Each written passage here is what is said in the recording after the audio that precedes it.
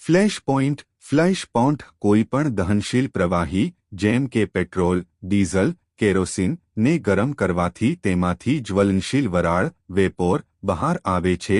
તે વરાળ હવાના સંપર્કમાં આવે અને નાની ચિંગારી કે અગ્નિ સ્ત્રોતથી ક્ષણિક રીતે બળી ઉઠે પરંતુ સતત બળે નહીં। એવું જે તાપમાન થાય તેને ફ્લેશ પોઈન્ટ કહે છે। સરળ શબ્દોમાં, જ્યાંથી પ્રવાહીમાંથી નીકળેલી વરાળ માત્ર ઝટકા ભર્યો આગનો ફ્લેશ આપે પણ સતત આગ પકડતી નથી।